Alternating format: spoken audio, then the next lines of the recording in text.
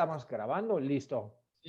Muy Listo. bien. Muy Tania, buenos días hola. entre todos y todas. Y le paso la palabra de una vez a Jorge Melguizo, porque Jorge ha sido tan amable de invitar a varias personas. Y creo que quién mejor podría presentar brevemente a esas personas. Jorge, por favor.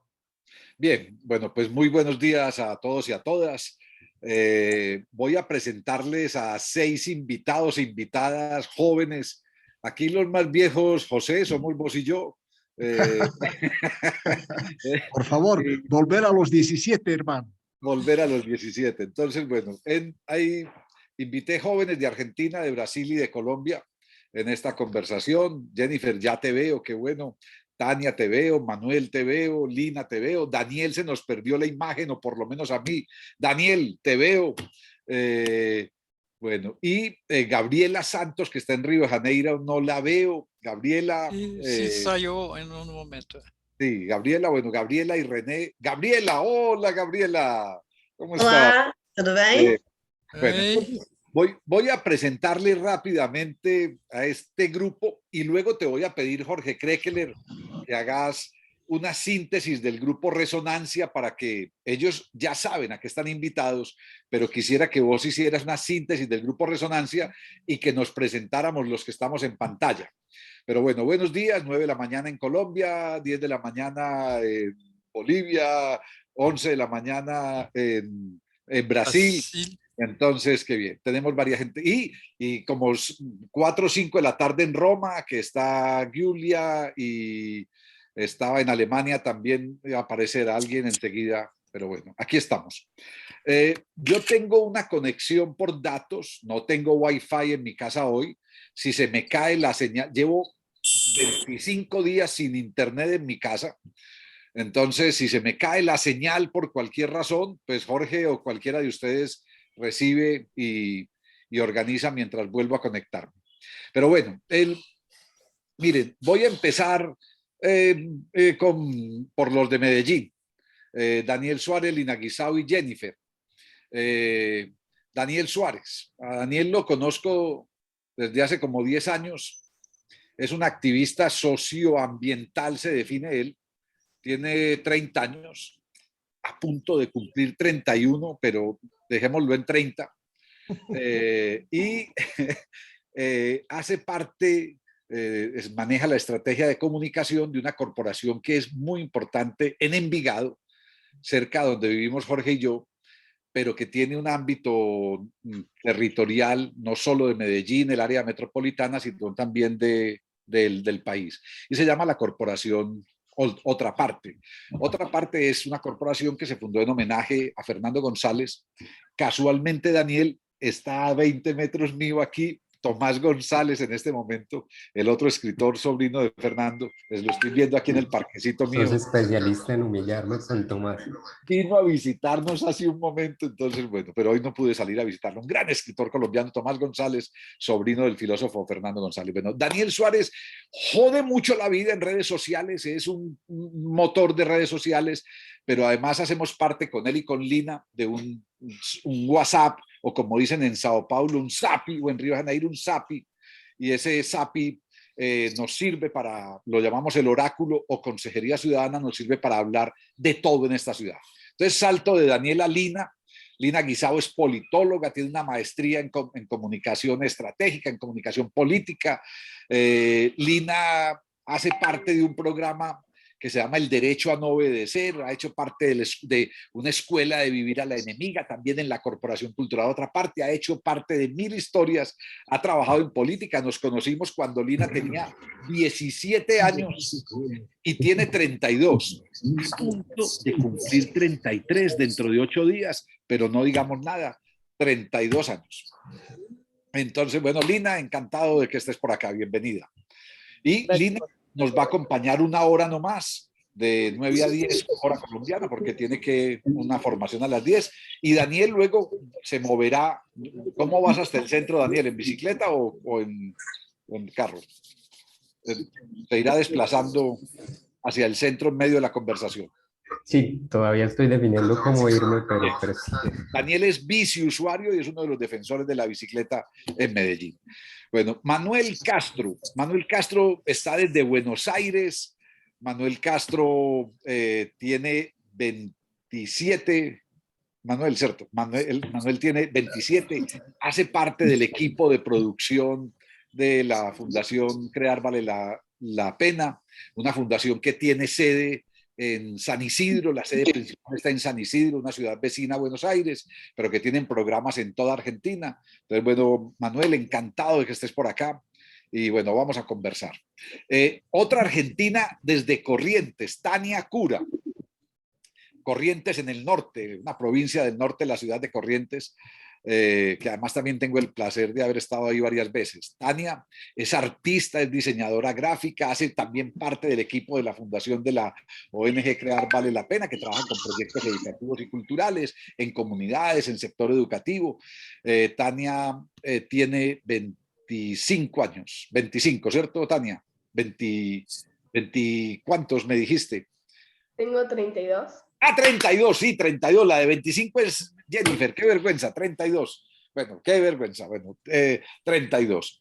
Jennifer Giraldo, que me salté de Medellín. Jennifer, hace poco, hace parte también del programa del derecho a no obedecer, que también pues algo, miren ese título, el derecho a no obedecer, un programa muy, muy especial. Jennifer es periodista, ha trabajado con un periódico que tiene mucha incidencia en Medellín, que se llama De la Urbe, es un periódico además universitario, que desde la Universidad de Antioquia, que ha logrado levantar muchas ampollas en los dos gobiernos recientes, en el actual y en el anterior.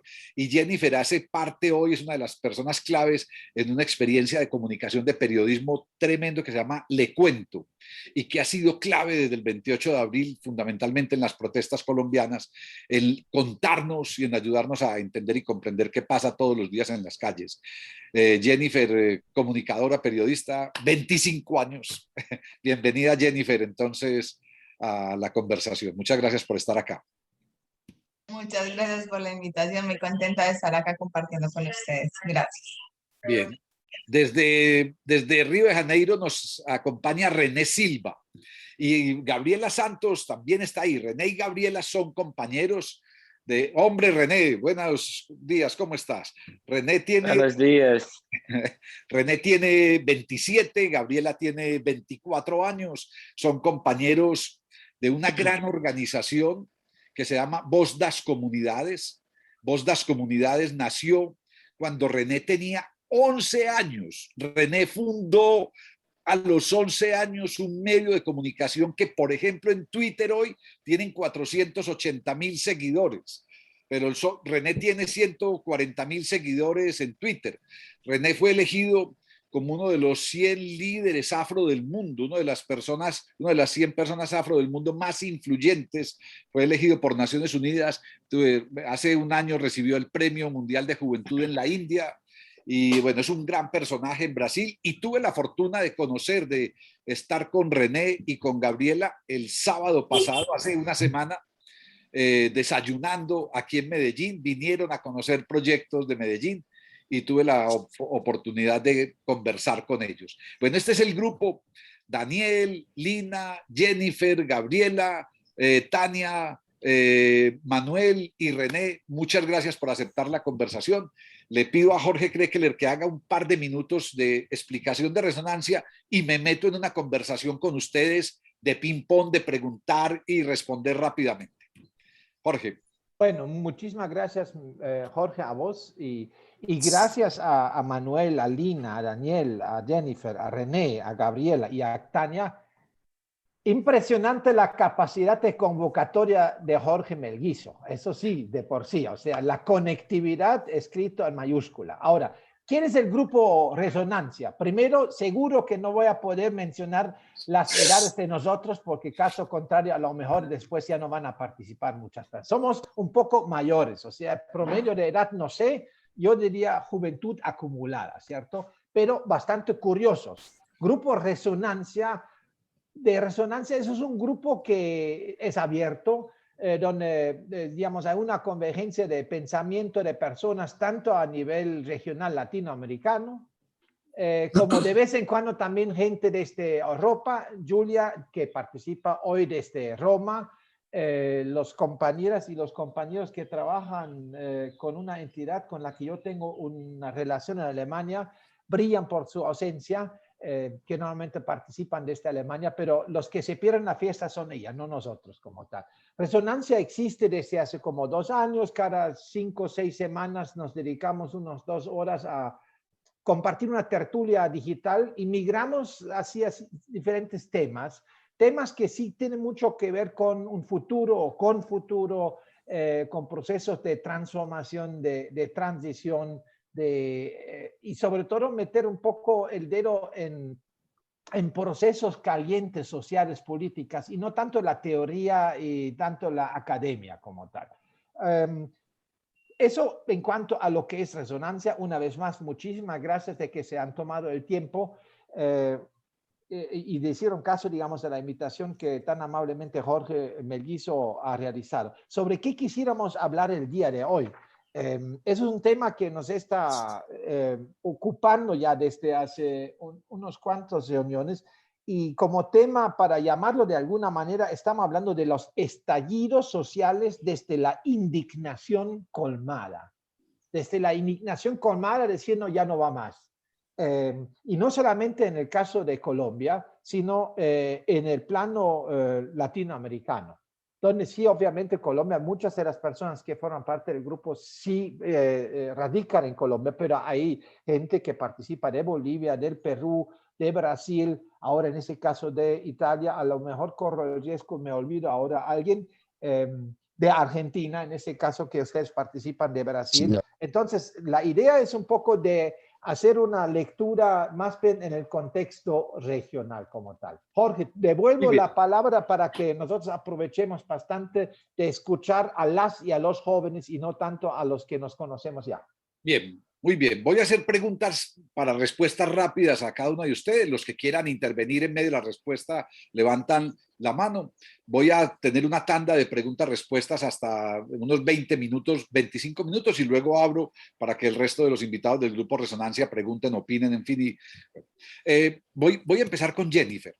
En tu condición de periodista y de un medio de comunicación, como Le Cuento, que ha tenido mucha resonancia precisamente en las protestas. Jennifer, ¿qué está pasando en Medellín? ¿Qué está pasando en Colombia? La juventud de hoy está indignada. ¿Por qué y cómo se manifiesta esa indignación? Y todo esto va para dónde. Y esa pregunta queda abierta para René en Río de Janeiro, para Gabriela, para Lina, para Daniel, para Manuel y para Tania, en cualquier lugar.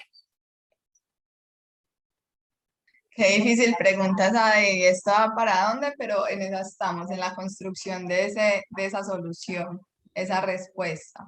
Bueno, yo les cuento que desde el 28 de abril en Colombia, tras el anuncio de una reforma tributaria que afectaba sobre todo a la clase media y dentro de su estructura también afectaba incluso a las clases vulnerables, pues las personas también en medio de un mal gobierno que no respondió asertivamente a la... Disculpe un momento. Que no respondió asertivamente a la pandemia y a todo lo que pasó, que el desempleo aumentó, la pobreza aumentó, pues la gente decidió salir a las calles ese 28 de abril, convocado desde diferentes sectores juveniles, estudiantiles, de sindicatos.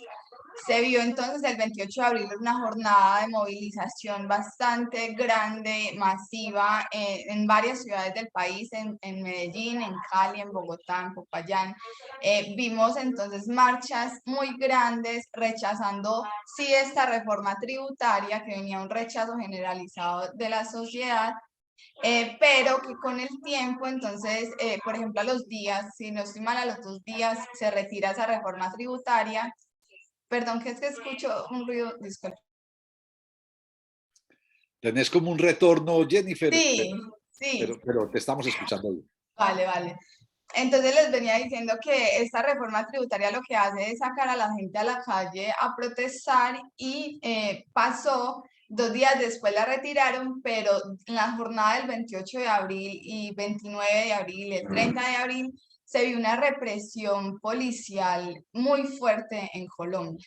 Entonces, ese 28 de abril en Cali nos llegaban noticias a Medellín de cómo hubo fuertes enfrentamientos entre el SMAT, que es ese escuadrón antimotín, para recobrar el orden, pero lo que hizo fue ser arbitrario y superar su poder o el poder que le da pues el Estado para esto, y vimos jóvenes asesinados por este escuadrón, incluso por la misma, pues por la Policía Nacional, lo que hizo que volviera el 9 de septiembre del año pasado, del 2020, vimos un acto bastante cruel, bastante duro del asesinato de Javier Ordóñez en Bogotá, por parte de 2 policías, y bueno, y todo un montón de cosas que pasaron con él que llevaron a su muerte, a su asesinato. Entonces se volvió a traer el tema de esa reforma policial que necesita el país, porque de verdad la policía necesita formación en derechos humanos, necesita formación en enfoque de género, porque también pues vimos muchas violencias de género por parte de esta institución en este tiempo. Pero la cosa es que volvió ese tema, volvió el tema de la reforma policial, esa necesidad que tenemos de que de verdad la policía cumpla un papel de protección a la ciudadanía y no de represión y ser ellos, o que su actuación sea más criminal que incluso la de la misma sociedad civil. Entonces, desde el 28 de abril, hoy ya vamos para 3 meses, ese paro nacional se convierte en un estallido social de ver marchas absolutamente todos los días. En Medellín, yo que estuve desde el 28 de abril en las calles, puedo decir que todos los días hubo actividades y hubo actos de protesta, que como les dije, inicia con una reforma tributaria que se tumba, luego una reforma a la salud que también se tumba. Se hablaba también entonces de matrícula cero. Bueno, es como un problema estructural en Colombia, que de verdad desde hace rato busca como un cambio estructural en su forma de gobierno, en sus políticas públicas, y eso se juntó con lo que decía ahorita, con el mal manejo que se dio a la pandemia, que los jóvenes no tienen oportunidades, que no se puede acceder a educación y que eso se habla ya desde un privilegio y no en sí desde un derecho. Y entonces, como menciono, se habla de problemas estructurales en este país que deben ser solucionados, y que la juventud empieza a decir, bueno, si no los cambia, si no cambia esto desde las instituciones que están ahí para brindarnos eso, pues lo vamos a hacer nosotros desde las calles. Y se empezó a formar, por ejemplo, que eso sí venía desde el 2019, aquí hubo un paro el 21 de noviembre del 2019, que empezó a construir la idea de una primera línea. Entonces los jóvenes y las jóvenes que decidían saber que en este país la protesta como derecho constitucional no es respetada, pues empezaron con sus gafas, con cascos, pues a organizarse para hacer esa primera línea frente a la represión del ESMAD y la policía. Entonces, sobre todo, se vio mucha represión, lo que hizo que, por ejemplo, aquí viniera la Comisión Interamericana de Derechos Humanos a una visita de trabajo para documentar y registrar todos esos abusos de la autoridad que se dieron, y esos abusos estatales de diferentes, no solamente de la policía, sino, por ejemplo, en el discurso del gobierno, donde veíamos a la vicepresidenta, y todavía la vemos, o al ministro de Defensa, decir o utilizar un discurso de mucha estigmatización hacia la protesta social. Vino la comisión, hizo unas recomendaciones, de esas habló, por ejemplo, del cambio de la policía del Ministerio de Defensa, que lo hace como crear esa idea de que están para defender al país de un enemigo interno, que venía pues con todo lo del conflicto armado en Colombia, pero entonces ahora el enemigo se convierte en esa sociedad que protesta, y pasarlo al Ministerio del Interior para darle, como dice la Constitución, un papel más civil. Y bueno, hizo varias recomendaciones que sobre todo hablan del cumplimiento de la Constitución, ¿cierto? Por ejemplo, que se garantice el derecho a la protesta. También estuvo una misión SOS, también internacional, con aproximadamente 11 delegados de diferentes países que vinieron a seguir documentando todo lo que pasó durante estos, pues ya casi 3 meses. Ellos se fueron hace poco, como el 12 de julio, se fueron dejando también unas recomendaciones. Y estamos en que ayer fue el Día de la Independencia en Colombia, 20 de julio. La idea era resignificar esa palabra, no nombrarla tanto esa independencia de conmemoración de símbolos y héroes patrios, sino de esas luchas que se han dado y pues esta lucha que ya, como digo, lleva 3 meses, va para 3 meses, donde se conmemoraba entonces a más de 70 personas asesinadas en medio de este paro nacional. Aproximadamente se habla de 40 personas en manos de la fuerza pública, o sea, la mayoría de personas que perdieron su vida a las que le quitaron su vida en este paro nacional, en este estallido social, fue a manos de la fuerza pública, lo que es absolutamente pues grave y condenable también. Y en esas estamos. Ayer hubo marchas en todo el país, en Cali, que es la ciudad, digamos, más afectada en cuanto a esto, porque hubo un decreto que permitió asistencia militar. Entonces imagínense también en lo que estamos hablando de que la protesta fue tratada como un asunto de conflicto interno, que eso lo mencionan algunos expertos, que es absolutamente grave.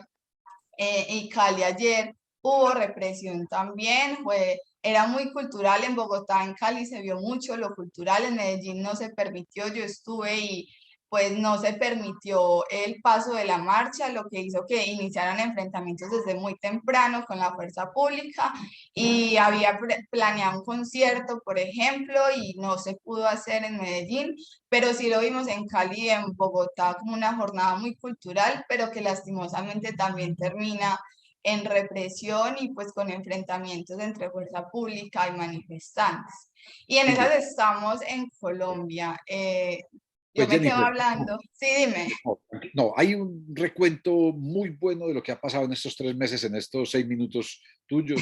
Yo creo que nos da un pie para pensar. Voy a buscar a René. René, no sé si tenés imagen desde Río de Janeiro. René Gabriela. Hola, René.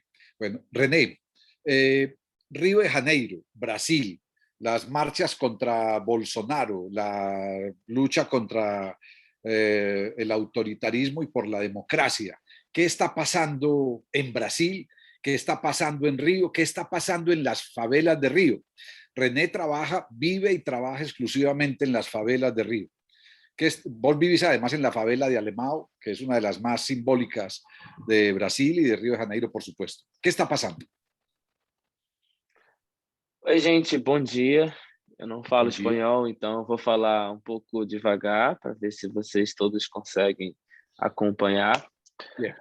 Hoje, no Brasil, a gente está enfrentando um grave problema com o Bolsonaro no poder. A gente, aqui no Rio de Janeiro, vive a cidade mais violenta do país, pode-se dizer, com maior tipo de problema, maior número de homicídios aqui no Rio de Janeiro, o maior número de apreensões de pessoas negras, principalmente. Então, a gente tem um grande desafio aqui, que, enfim, entender toda essa realidade em que a gente vive. Hoje, os protestos contra Bolsonaro estão crescendo muito, porque ele é um presidente, um não presidente, podemos dizer, né? Ele não é um presidente, ele é um não presidente que durante toda a pandemia negou o acesso à vacinação, a vacuna, né? Negou acesso durante toda a pandemia, fez com que as pessoas, a população, não tivesse nenhum tipo de incentivo para ficar em casa, para cumprir um isolamento social, qualquer coisa do tipo durante a pandemia. E isso foi se agravando a cada momento, e hoje nós somos o segundo país do mundo em que tem o maior número de óbitos né? Estamos apenas atrás dos Estados Unidos, que está na nossa frente, mas o nosso dia a dia, a nossa vivência aqui no Rio de Janeiro é muito difícil, porque nós temos um governador que não é quase que um ditador, e temos um presidente que é quase que um ditador também. Então, a gente, no dia a dia, nós enfrentamos diversos problemas, principalmente se você é jovem, negro e mora numa favela aqui no Rio de Janeiro. O preconceito e o racismo estão muito presentes em vários desses espaços. E não há espaço para debate político dentro desses espaços da favela, não há presença, não há participação do poder público, não há intervenção do governo, somente através da polícia, com operações policiais, como o que aconteceu há 2 meses atrás, no morro na favela do Jacarezinho, onde 27 pessoas morreram, né, como aconteceu no Complexo do Lins, onde uma jovem grávida morreu também, com 25 anos. Então, o nosso cotidiano, infelizmente, ainda é de muita violência e a gente tenta, de alguma forma, através dos... Se nos está yendo tu señal, René. No sé si es a mí o a todos. Sí. Ahí te recuperamos. Perdão. Dale, ahí te recuperamos. Dale. Sim. Sí, dale. Então, a gente tem feito protestos aqui no Rio de Janeiro, aqui no nosso país, a cada 15 dias, mas há uma preocupação ainda muito grande em relação ao governo Bolsonaro, porque as chances ainda dele ser reeleito ainda é possível que ele ganhe eleição novamente, mas a gente está indo às ruas, protestando, fazendo movimentos para que isso não aconteça, porque o país perdeu muito com tudo isso, principalmente no combate à desigualdade social. René, Gabriela, si estás por ahí también, Gabriela, que Gabriela trabaja, René es el fundador y director de Voz das Comunidades, Gabriela trabaja en planeamiento estratégico en Voz das Comunidades. Ustedes estuvieron en Medellín, se reunieron con organizaciones comunitarias, estuvieron en barrios, se reunieron con líderes comunitarios durante una semana. ¿Algún paralelo, alguna relación de lo que vieron en barrios de Medellín con lo que está pasando en las favelas de Brasil? ¿Alguna reflexión? Ustedes además retornaron a Brasil solo hace un par de días. ¿Alguna reflexión sobre lo que encontraron?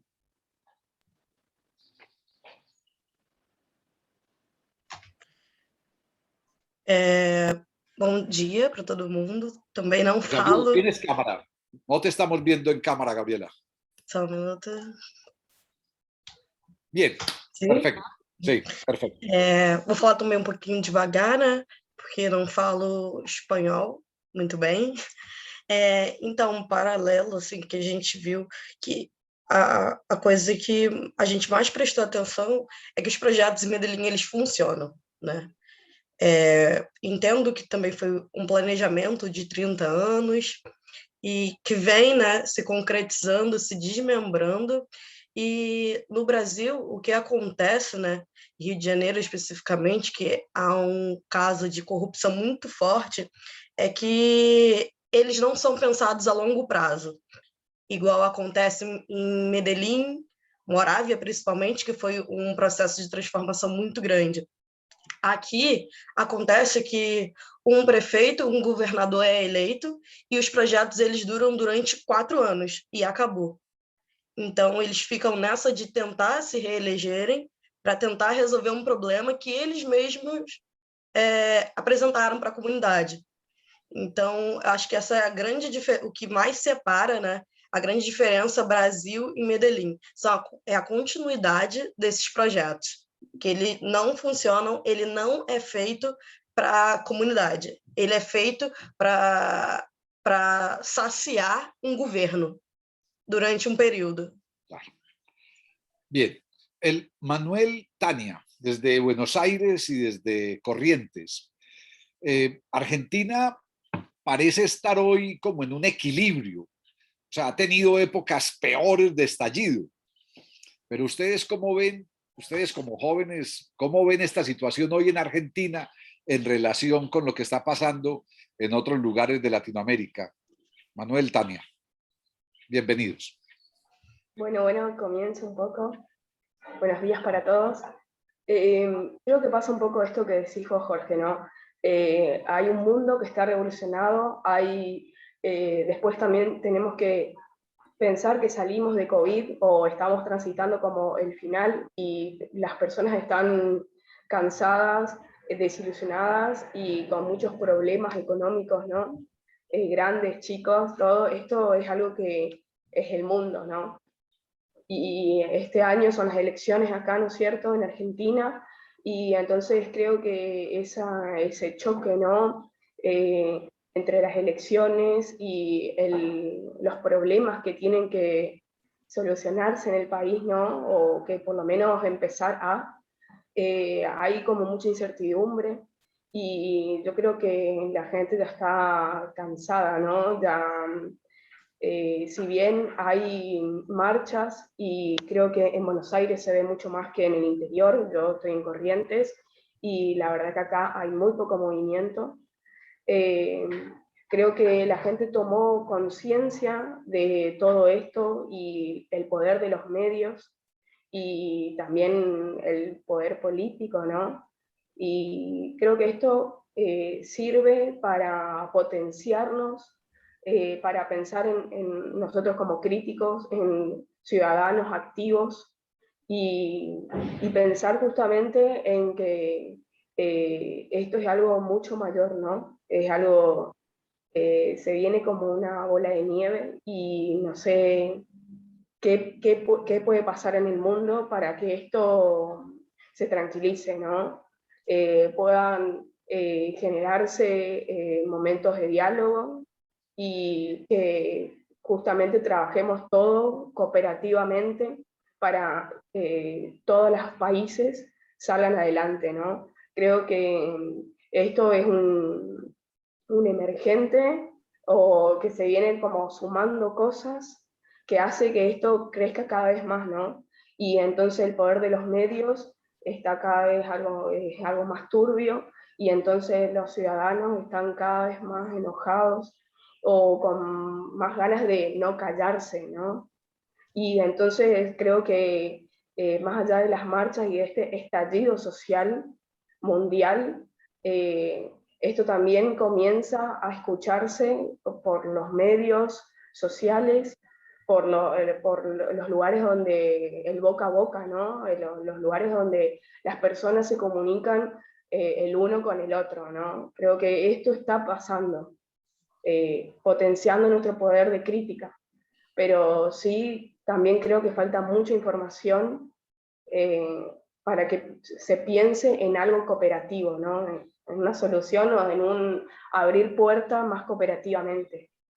Claro, sobre lo que dice Tania, Manuel, hay algo que uno ve, o sea, en Argentina hace rato se habla de la grieta. Cuando hablan de la grieta es lo que en Colombia llamamos la polarización, pero es lo mismo que se vive en Brasil, es lo que está pasando en Perú, es lo que está pasando en Bolivia. O sea, estas grietas que parecen ya insondables. ¿Vos cómo ves esa situación, Manuel, con relación a la grieta y con relación a la situación? O sea, ¿qué va a pasar en Argentina? Porque además, en Argentina, los del trópico somos impredecibles, pero yo creo que los más impredecibles son ustedes que no están en el trópico, porque en Argentina todo puede pasar.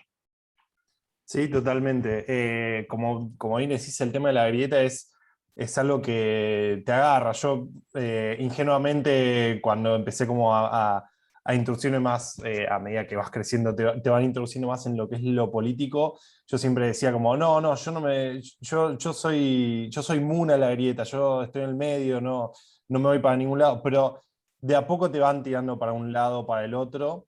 Me parece también que, como decía muy bien Tania, el tema de los medios te genera una percepción bastante irreal y todo trata de enmarcarlo en una grieta que lo único que hace es separar opiniones y generar como algo que veo todo el tiempo en jóvenes es toda conversación, todo debate sobre un tema serio se convierte en una grieta en el que estoy de un lado o estoy del otro, y no hay no hay una búsqueda de consenso, sino más que nada una discusión por ver quién más tiene razón, que es algo que yo personalmente detesto, pero también admito que he participado también de esa, no sé cómo verbalizar la palabra grieta, pero grietalización, por decir de una manera, perdonen mi lenguaje burdo, pero sí. De hecho, yo recuerdo la última movilización de la que yo personalmente participé, que fue por la ley del aborto, creo que fue a fin de año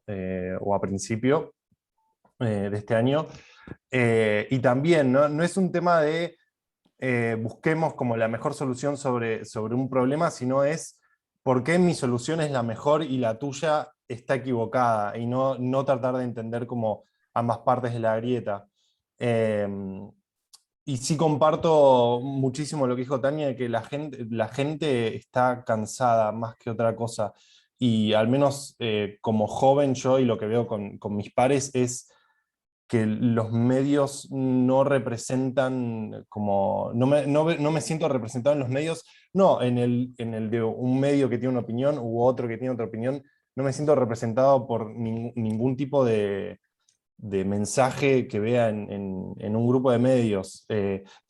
Tengo que ir como a medios muy, muy pequeños y muy específicos en el que recién ahí puedo decir como, está bien, me siento representado acá, pero son medios que tienen muy poca atracción y no tienen el poder que tienen medios grandes. De vuelta, no hablo de orientación política, sino de representación personal. Yo creo que además te acabas de inventar una palabra que la seguiremos usando, Manuel, que es la grietalización. Me parece una palabra magnífica, estas que se podría haber inventado un sociólogo para nombrar cosas que pasan. Lina, Guisao y Daniel, ustedes, vos como politóloga, pero metida en comunicación y en la construcción de símbolos desde las protestas sociales,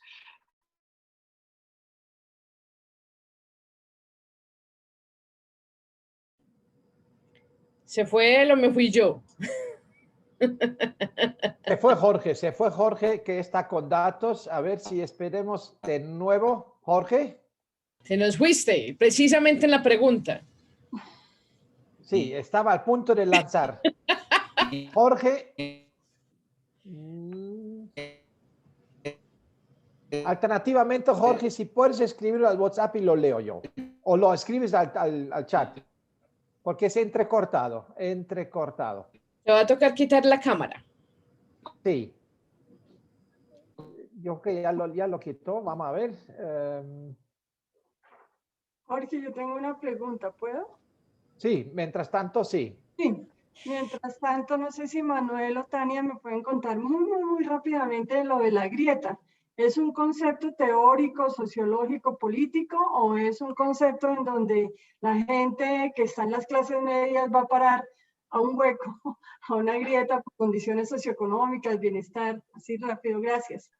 Mira, la grieta se refiere a una división más que nada política, que bueno, que atraviesa todo el país. Si sos, es difícil como decir si sos A o B, porque ya está como todo tan dividido por una grieta que todo se transforma en una grieta, en una división, pero yo creo que esto viene de algo más exclusivamente político, bueno, en este momento estamos, creo que políticamente los partidos más grandes son lo que sería el kirchnerismo y el PRO, o ya no sé qué nombre tiene cada uno, ¿no? Hay que ver ahora cuando empiecen las propagandas políticas, bien cómo se identifica cada uno, ¿no?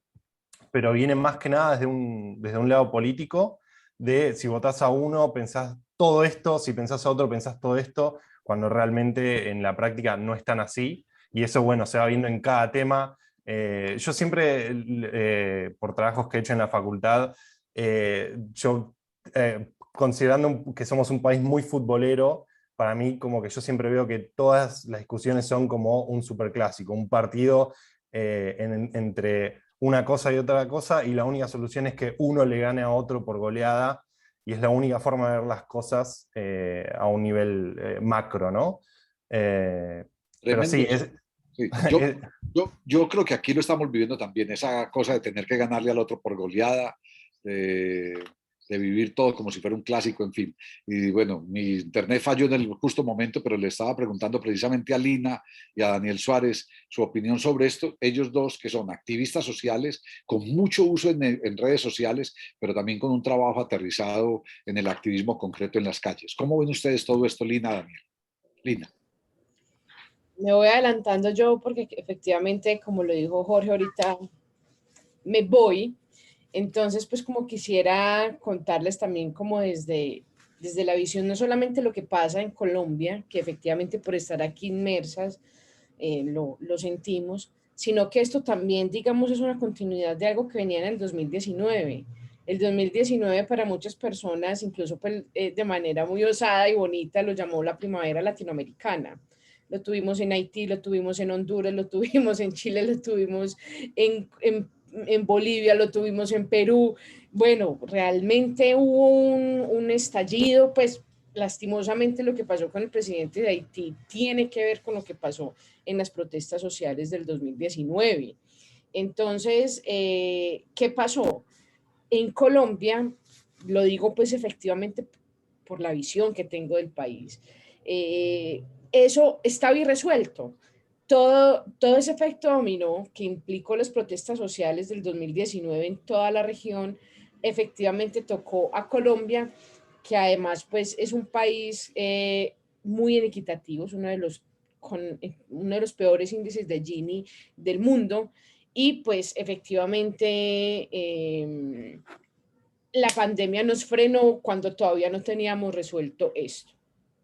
Para todos los países latinoamericanos, la pandemia nos enrostró lo que creíamos y tal vez los investigadores, investigadoras sociales sabíamos que pasaba, ¿cierto? A partir de los datos, la inequidad, la pobreza, la concentración de riqueza, pero la pandemia nos mostró que eso tenía rostro y que se veía, y eso hizo que efectivamente esa rabia contenida, porque aquí tendríamos que hablar de emociones políticas y una de ellas es la rabia, y quisiera hablar de una muy especial que es la esperanza, pero al final voy a referirme a ella.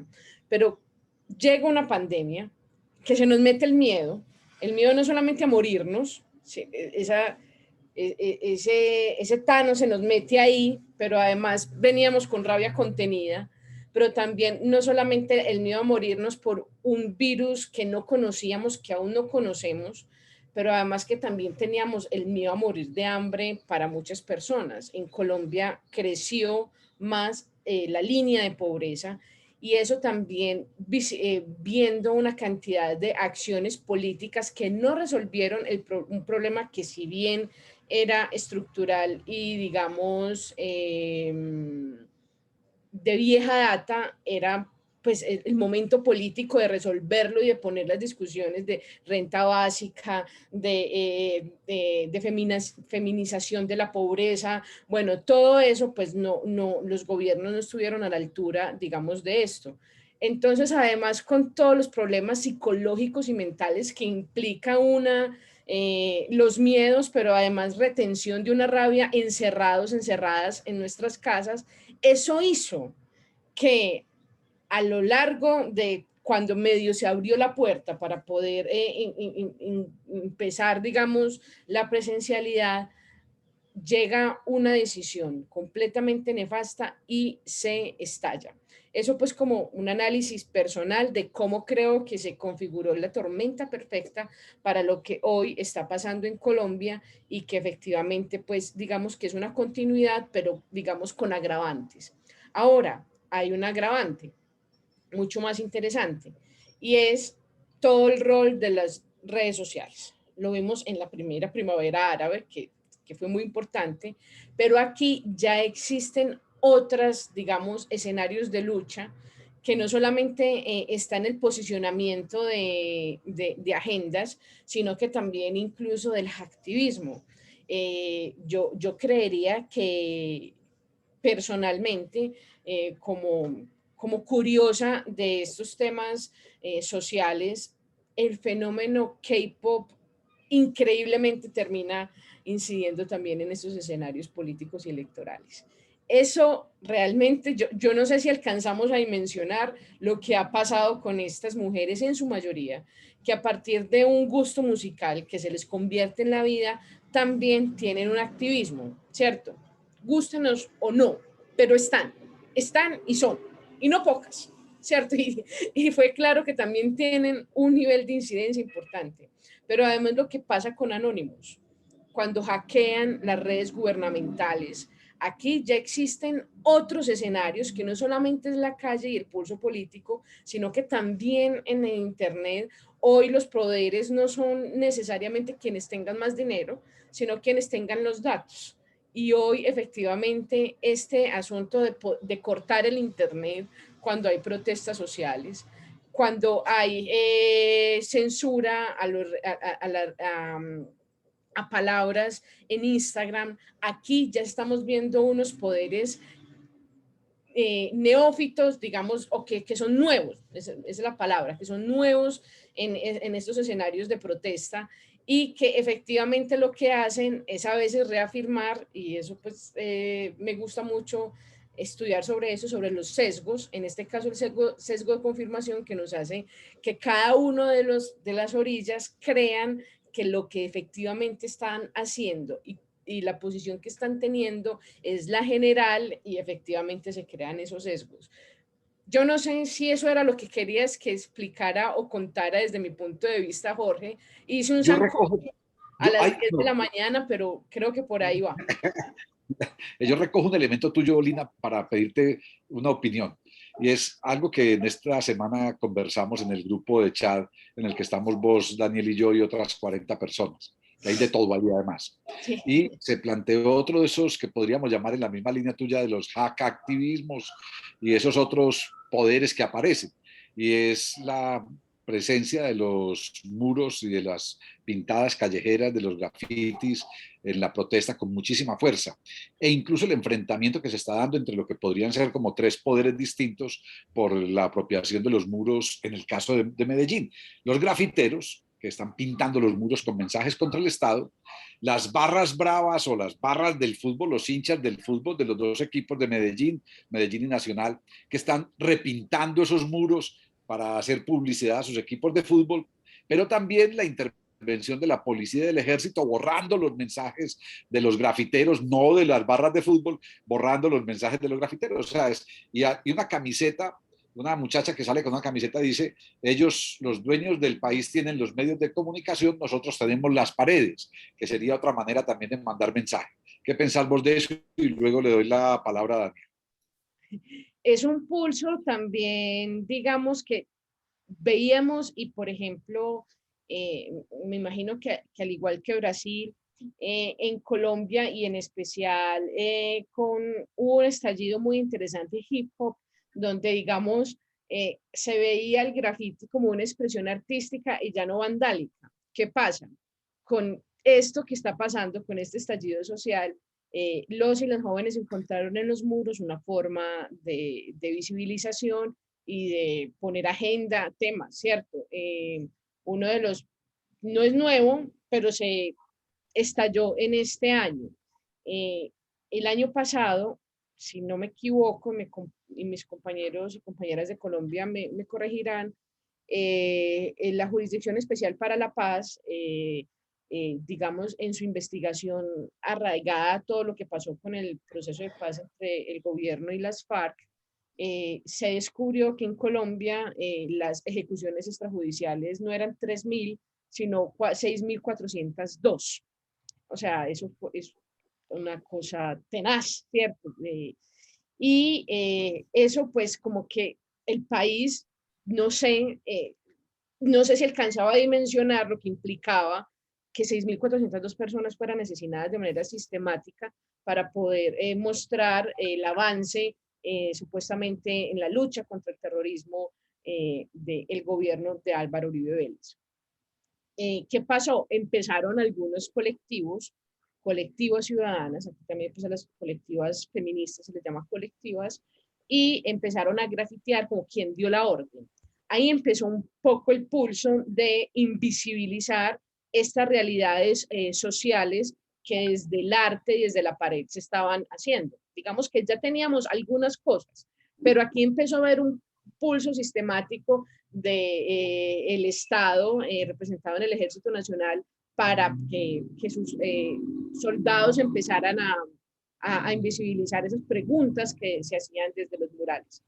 Estalla esto el 28 de abril y el otro frente, porque no solamente fueron las marchas, aquí hubo canciones, grafitis, conversaciones, se han visibilizado, por ejemplo, mujeres. Aquí existe una mujer directora de orquesta que se llama Susana. Ella se convirtió en un referente del tema de protesta porque con una sinfónica, pues con una orquesta, empezaban también a protestar en las manifestaciones, y las paredes no fueron la excepción. Claro, empezaron estos jóvenes a rayar las paredes, y otras personas empezaron a decir que eso no estaba bien, que las paredes no eran ese escenario, y no solamente ya era el ejército, sino lo que otros ciudadanos más pensamiento de derecha, podríamos así decirlo, o más conservadores, pues empezaron también a reunirse para invisibilizarlo.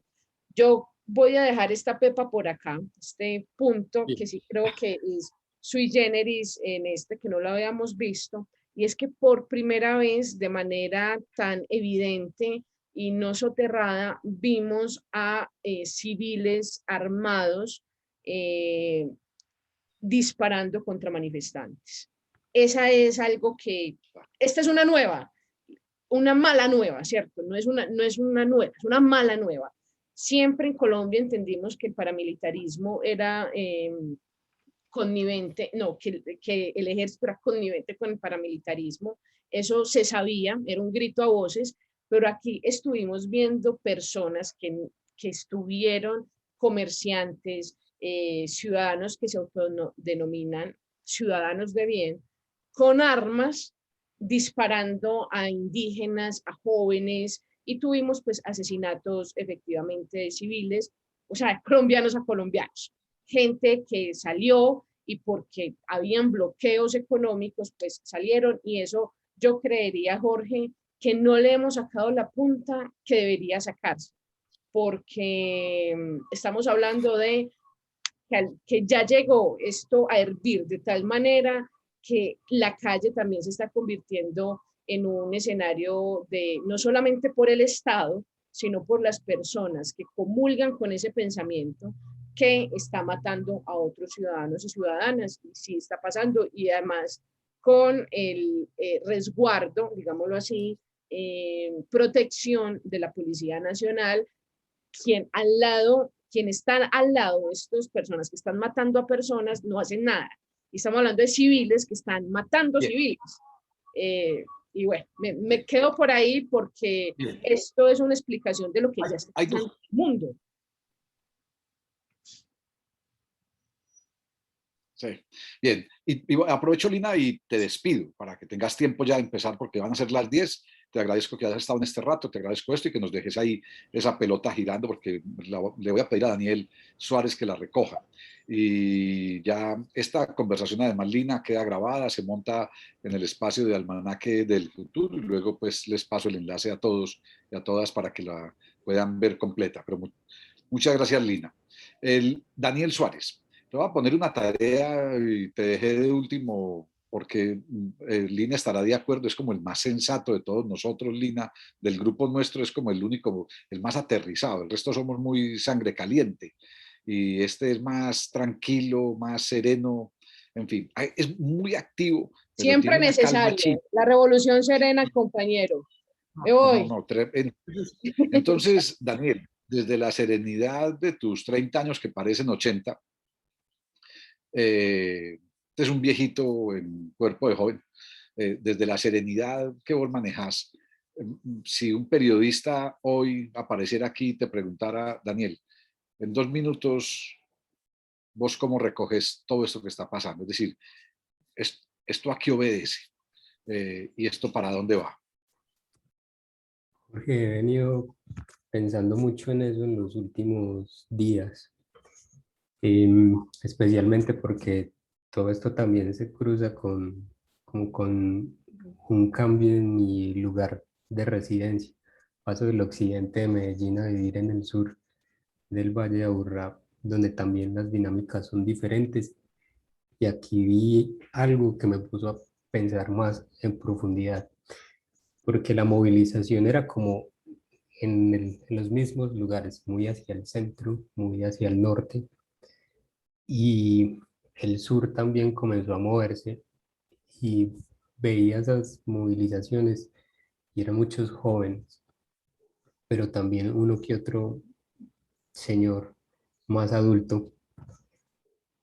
Y siento que esa movilización del 2019 que mencionaba Lina, donde en Medellín salen a marchar más de 80.000 personas, que no sucedía desde que el mismo uribismo convocaba movilizaciones. Desde allí hubo un cambio. Y después de ese momento coyuntural de la pandemia, que ya todo se va abriendo, que otros municipios fuera de las ciudades principales fueran quienes se movilizaran. Comenzamos a ver que tristemente asesinan a Lucas en Pereira, o también hay otras movilizaciones en municipios alternativos a los principales. Me refiero a Bogotá, Cali, Medellín, Cúcuta. Hay un dato ahí, perdón, de contexto, Daniel. En Colombia, según unos datos recientes, ha habido manifestaciones en 840 municipios de los 1.100 municipios que tiene el país. Eso es muy importante porque nunca en la historia del país había ocurrido eso. 840 de 1.100 municipios ha habido determinado tipo de movilizaciones sociales. Y a eso voy, Jorge, porque siempre o generalmente las noticias iban a las ciudades principales, Bogotá, Cali, Barranquilla, Medellín. Y siento que además de lo que mencionaba Lina, como esa primavera latinoamericana, siento que esto es por el proceso de paz. Siento que el proceso de paz le abrió la mentalidad a esos territorios donde antes no podían alzar la voz, a alzar la voz porque ya el problema no es que el paramilitar, el guerrillero los silenciara, sino que es el gobierno quienes los silencian ahora y evidencian que la problemática de esos territorios es el gobierno, no estos grupos ilegales y o grupos tradicionalmente que han contribuido a la violencia del país. Y siento que estos territorios comenzaron a exigir lo que desde hace tanto tiempo necesitan, y es una atención para poder ser unos lugares con acceso a un montón de precariedades, y que la pandemia desde luego contribuye a evidenciar esas necesidades. Lo veo así porque he podido hablar, gracias a algunos espacios del derecho a no vencer, con otros territorios, y también lo que he aprendido y destaco lo que ha hecho Jennifer yendo con su medio, le cuento, a esos lugares coyunturales como es Cali, a esas narrativas que nos ha dado que quizá pueda ser otro espacio para hablar de lo que acabamos como la primera línea, que yo me sostengo, que son jóvenes que no encontraban un lugar que les diera dignidad, que les diera prestigio, y allí lo encontraron. Son jóvenes abandonados por el Estado, que no encontraban ni en su territorio, ni en su familia, ni en sus amigos esa dignidad, y la encontraron liderando, que luego se convierten en otras cosas. Pero para ir como redondeando a mi punto, los acuerdos, el proceso de paz generó esa primavera en Colombia. Es lo que considero. Obviamente inspirados por todo lo que sucede en Chile, por todo lo que sucede en los diferentes países de Latinoamérica, pero siento que este proceso de paz permitió que esos municipios donde no sabíamos nada aparecen en el territorio a movilizarse, a exigir y a generar una mayor presión. Lastimosamente, sucede y seguirá sucediendo posiblemente en unos gobiernos que no escuchan esas exigencias, que no escuchan ese llamado y esa transformación social, porque el gobierno actual no cree en el proceso de paz, ha hecho todo lo posible para fracturarlo y no permitir que avance, y estamos en el país no solamente con la mayor cifra de líderes sociales asesinados, sino líderes ambientales asesinados. Colombia es el país con el mayor número de líderes ambientales asesinados.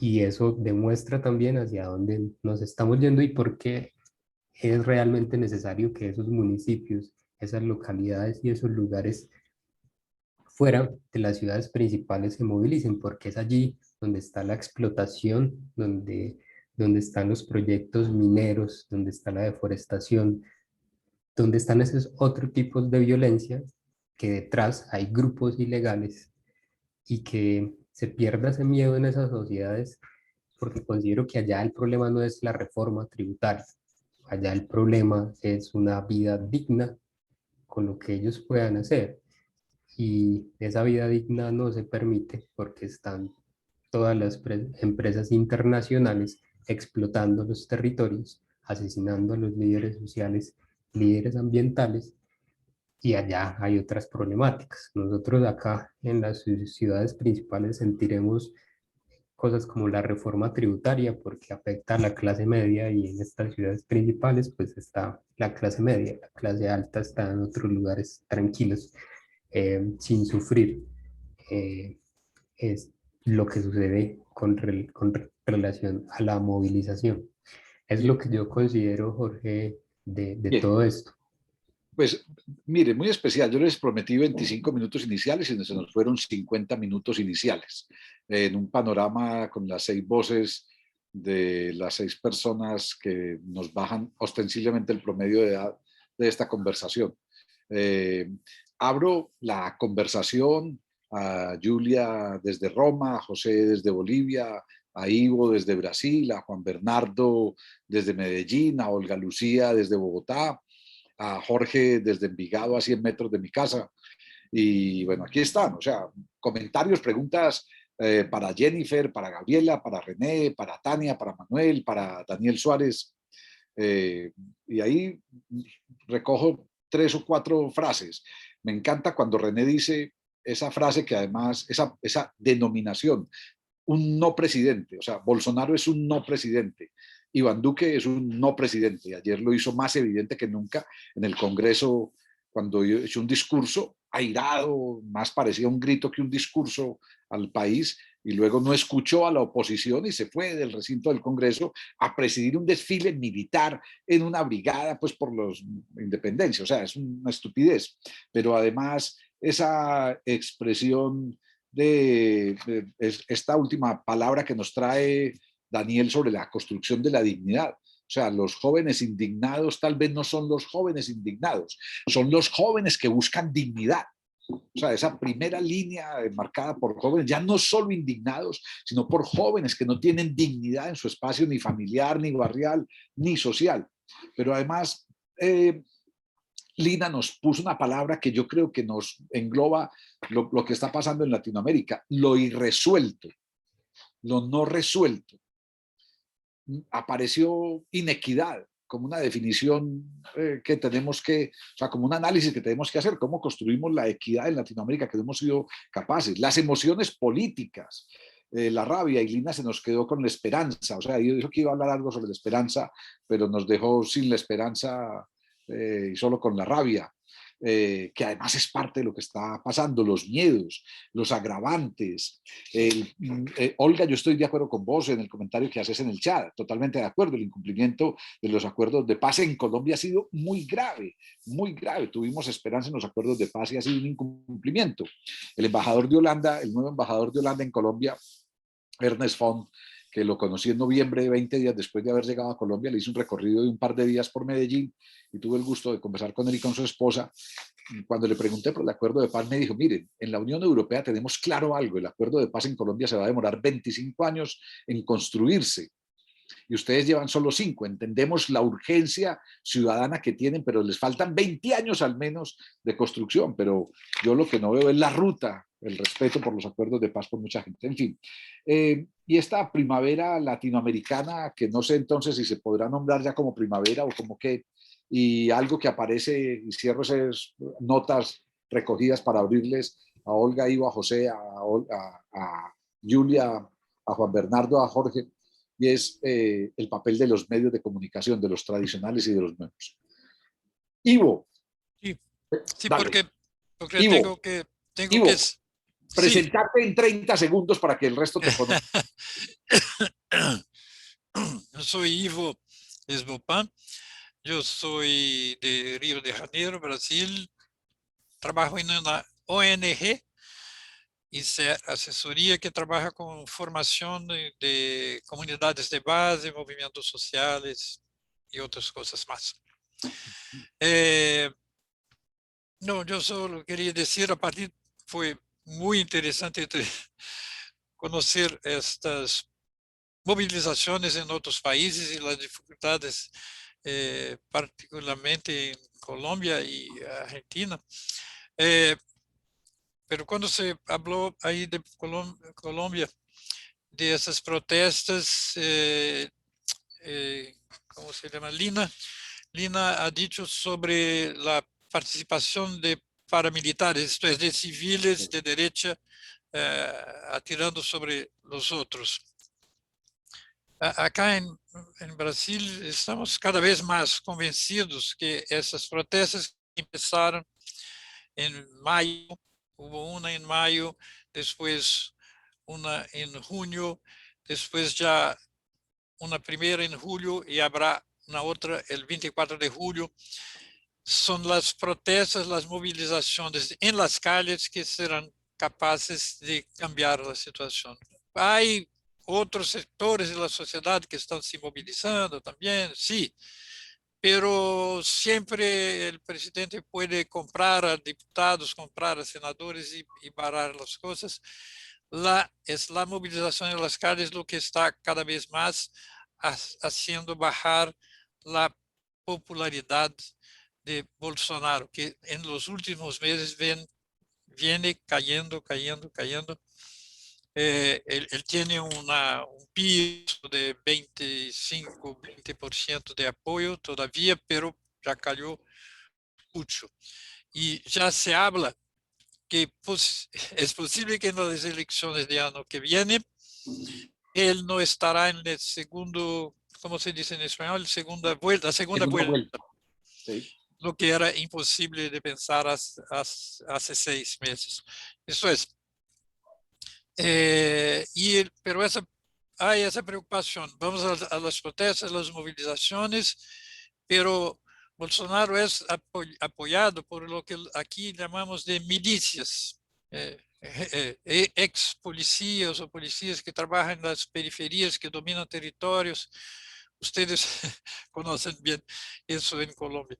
Y el recelo de que gente de ese tipo, esto es, no oficiales, no gente de la policía oficial, pero gente civil que pueda hacer represión también. Hasta el momento no hubo situaciones de represión grave, pero no sabemos qué va a pasar más adelante. Bueno. Bien, gracias, Ivo. Solo por curiosidad, ¿se conocen Ivo y René y Gabriela o no?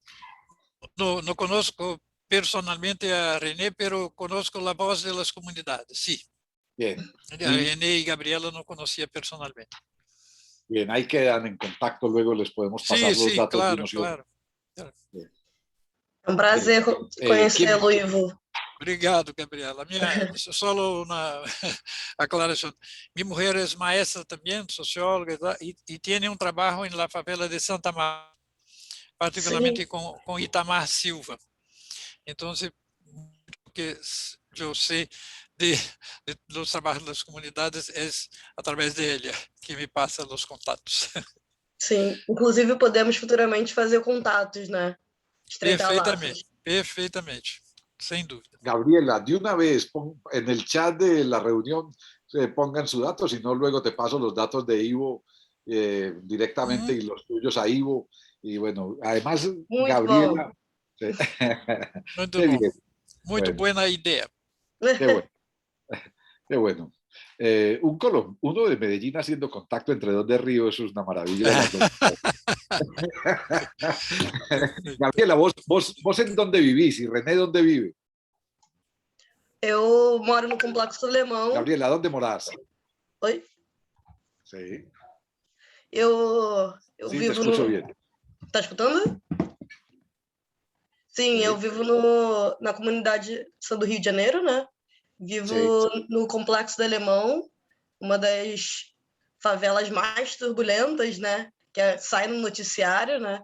A gente luta bastante para que as notícias que saiam daqui sejam coisas positivas, porque aqui tem muitas coisas boas, só que a gente está tentando fazer o oposto da mídia, né? A mídia, ela vem para cá, ela diz a violência, ela dita como o Complexo do Alemão faz e assim ela manda para o mundo. E a gente está aqui para mostrar que o Complexo do Alemão não é só a violência. A gente está aqui também para poder acabar com, diminuir o número de fake news que acontece aqui na comunidade, né? Bien, Gabriela, pon tu cámara un segundo, por favor, para tener el gusto pues de verte de nuevo. Con Gabriela conversábamos acá el sábado pasado, en este desayuno que les dije que tuve la oportunidad de conversar con 5 o 6 personas de Voz das Comunidades en su primera visita a Medellín, y decíamos, ¿por qué lo que se hizo en Medellín no funcionó en Río? El teleférico de la favela de Alemão, el complejo de Alemão, o incluso el parque biblioteca, y tiene que ver mucho con las palabras que salieron ahora, con la corrupción, con la falta de participación social, con esta cosa que los gobiernos creen que implantar un proyecto es caer como un meteorito en el territorio y no comprender la situación social, en fin, o sea, y parte de lo que están haciendo ellos desde Voz das Comunidades es intentar entender esas otras lógicas de otras ciudades, de lo que sirve, de lo que funciona. Y yo creo que parte de lo que ha funcionado acá, por lo menos históricamente, es esa apropiación comunitaria de los proyectos y no simplemente la acción gubernamental. Entonces, bien, hay cosas básicas. Olga, Julia, José, Juan Bernardo, Jorge Krekeler, preguntas, comentarios, opiniones. Olga. Bien, desde Bogotá. Olga, también una presentacioncita de 30 segundos para que el resto sepa quién sos vos. Yo trabajo en una universidad privada católica que por fortuna tiene cierta libertad de cátedra y dicto asignaturas que están relacionadas con la situación económica, política y social. Perdón, ¿soy yo o te... Perdón, Olga. Olga, perdón. ¿Ustedes están escuchando? ¿Ustedes están escuchando mal o soy solo yo? Tú estás escuchando mal. Yo escuché bien. Todos escuchan bien. Bueno, el problema es mío. Entonces, Olga. Listo. ¿Cómo, Jorge? No, continúan. Bueno, yo primero que todo quiero agradecerles a los participantes de la reunión, sobre todo a los jóvenes, porque a pesar de que aquí llevamos varios meses analizando la situación del estallido social, ha sido muy ilustrador lo que ustedes han dicho, cosas en las que yo, por ejemplo, no había pensado. Entonces, agradecer la oportunidad que he tenido de escucharlos de primera mano. Tengo una pregunta concreta y fácil. Y es, en este año en Colombia también tenemos elecciones, más o menos en un año, quiero decir. No en este año, sino más o menos en un año. La pregunta es, ¿cómo creen ustedes que podemos solucionar esta situación? ¿Cómo creen ustedes los jóvenes? ¿Qué proponen como en específico? Porque aquí en Colombia ya hay una, sabiendo que no es fácil, pues porque yo digo los jóvenes y ustedes son unos jóvenes no es fácil, somos muchos, muy diversos, con muchas maneras de pensar, en fin. Pero aquí en Colombia ya se está consolidando una idea que es la consulta popular, así se llama. La situación no se resuelve mediante las instituciones, las elecciones, no sé qué están pensando, sino la consulta popular, pero eso todavía es muy grande, muy difuso, ¿cómo se va a llevar a cabo? Yo les pregunto a ustedes, en Argentina, en Brasil, aquí mismo en Colombia, ¿cómo están viendo la posible solución a este estallido social? Gracias. Bien, empecemos por Argentina, luego por Brasil y cerramos la respuesta con Colombia y les pido respuestas más o menos ágiles. Manuel, Tania, desde Brasil. Desde Argentina, perdón, Manuel, Tania, desde Argentina.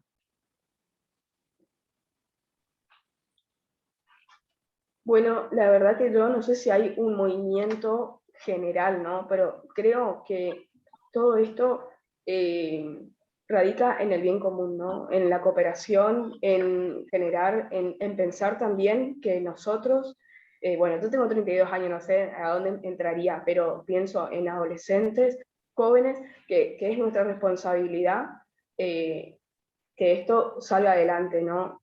Sí, ardua tarea, y también pienso que lo de pandemia de verdad profundizó mucho todo, ¿no? Grietas enormes, y entonces ahora, ¿cómo se sale de eso? Bueno, ¿cómo salir de un pozo, no? No sé, ayuda cooperativa. Creo que no hay otra forma de salir adelante, ¿no? Por ahí dejar de lado el ego y pensar justamente en lo común, en lo comunitario. Si pensamos en la economía, sería volver al trueque. Si pensamos en el barrio, sería volver a los clubes, a los lugares comunes, a pensar entre todos llegar a una solución posible, ¿no? Pienso un poco en eso. Bien, Manuel. Algo de lo que dijiste, Tania, voy a mandarles un libro que precisamente es hecho en Argentina, que me sirvió a mí mucho el año pasado y al principio para un trabajo que estamos haciendo, y se llama Comunes, Economías de la Colaboración. Y precisamente es editado en Argentina. Una de las editoras, una de las compiladoras del libro, que son varias lecturas, es Adriana Versaken, y me parece muy, muy interesante porque tiene que ver con ese punto de vista que pones, cómo nos construimos de otra manera como sociedad solidariamente desde muchos lugares, desde lo cooperativo, desde las economías colaborativas, desde las economías sociales, que me parece bien, bien interesante. Manuel. Genial. Bueno, sí, agregando por ahí lo que dijo Tania, yo siento que, y voy a ser preso de mis palabras y me voy a contradecir un poco, pero creo que hay una grieta, y prometo que no uso más esta palabra, pero yo creo que hay una grieta generacional que genera varios conflictos. Pienso en McLuhan con el medio es el mensaje, y la diferencia que hay entre los jóvenes que ahora utilizan más que nada TikTok, Instagram y ese tipo de plataformas para comunicarse, y generaciones más adultas que se manejan de otra manera. O sea, yo consumo mucha información, lo que es Instagram, otros consumen por TikTok. Yo sé que mis padres, por ejemplo, consumen solo televisión y diario un poco, que me parece algo que yo nunca en mi vida compraría un diario. Yo creo que ahí se generan como distanciamientos que yo creo que hay que acortar. Yo participé hace 2 años de un evento de jóvenes que era más que nada religioso, ¿no? Pero lo que fue muy interesante fue que pues teníamos este conflicto de, che, ¿qué le pasa a los jóvenes? ¿Qué queremos saber de los jóvenes? Y nos dimos cuenta que no era un camino de, che, tenemos que decirle a los jóvenes, o che, tenemos que poder hablar con los jóvenes, sino fue más un camino de escuchemos a los jóvenes, qué quieren decir, porque yo siento que pasa mucho eso entre gente de mi edad, es que no se siente escuchada, que no siente que tiene un lugar, que no tiene pertenencia. Como que hay diferencia entre las problemáticas que tiene una generación y otra, y me parece que, como decía Tania, hay que ponernos trabajar en conjunto para poder resolver los problemas de una generación de otra, porque no unos son más importantes que otros, me parece. Muy bien. René, Gabriela, desde Brasil, la pregunta de Olga, ¿qué proponen? ¿Cómo solucionamos esta vaina?